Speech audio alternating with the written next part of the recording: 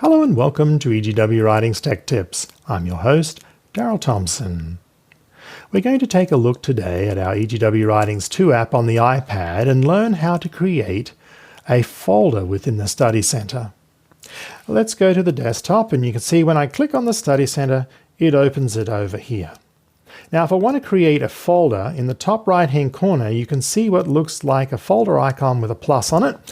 That is our folder creation icon button, so let's click on it. And you'll notice down the bottom here it says New Folder with the little tooltip handles on it. Let's type in there test 2 and then hit return.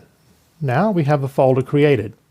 But you say, okay, test 2 is not the name of the folder that I want it to be. Let's change that to Hope.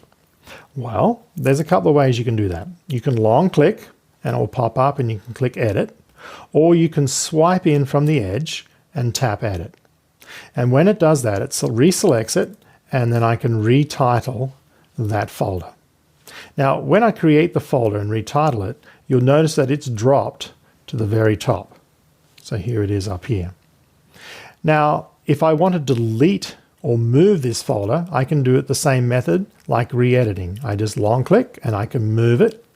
And if I move it, I can select what folder I may want to drop it into, say a subfolder.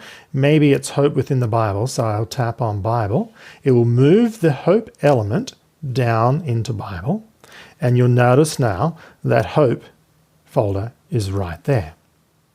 So if you want to delete the folder, all you need to do is long click on it, pop up here, tap delete.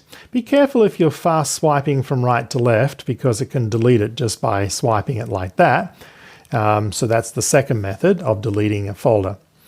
And so they're the methods of creating, editing, moving, and deleting a folder in the EGW Writings 2 app.